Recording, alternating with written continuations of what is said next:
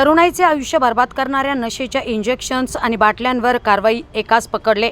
नशेच्या इंजेक्शन व बाटल्या विक्रीवर कारवाई, 11,613 रुपयांचा मुद्देमाल जप्त, एक आरोपी ताब्यात. अहिल्यानगर शहरात अवैधरित्या नशेचे इंजेक्शन व बाटल्या विक्री करणाऱ्या इसमावर स्थानिक गुन्हे शाखेने छापा टाकून 11,613 रुपयांचा मुद्देमाल जप्त केलाय. ही कारवाई 23 जानेवारी 2026 रोजी पहाटे 2 वाजण्याच्या सुमारास बागडपट्टी येथील सिद्धेश्वर मंदिर परिसरात करण्यात आली. या संदर्भात पोलीस अधीक्षक सोमनाथ घारगे यांनी अधिक माहिती दिली. स्थानिक गुन्हे शाखेला मिळालेल्या माहितीवरून एक इसम जो आहे तो प्रिस्क्रिप्शन शिवाय जे इंजेक्शन्स दिले जात नाहीत असे इंजेक्शन जे आहेत हे कुरिअर द्वारे मागवल्याची माहिती मिळालेली होती. त्या माहितीच्या आधारावरती त्याला ट्रॅप करून पकडला. त्या व्यक्तीचं नाव आहे रोहित बांगर आणि त्याच्याकडे साधारणतः 37 वाईल्स मिळालेले आहेत ज्याची किंमत 11,000 पेक्षा जास्त आहे.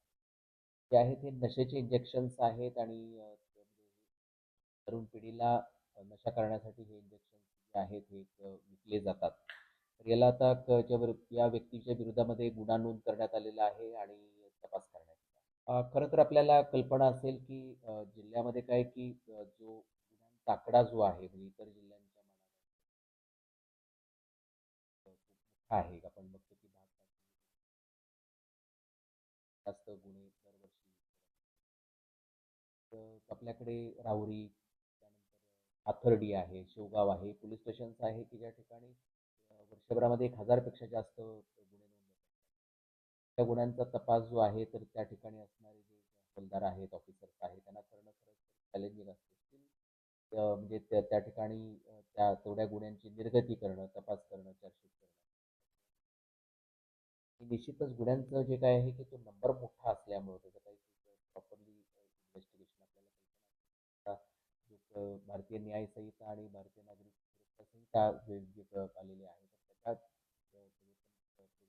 60 आणि 90 दिवसामध्ये चार्जशीट्स करणं आहे.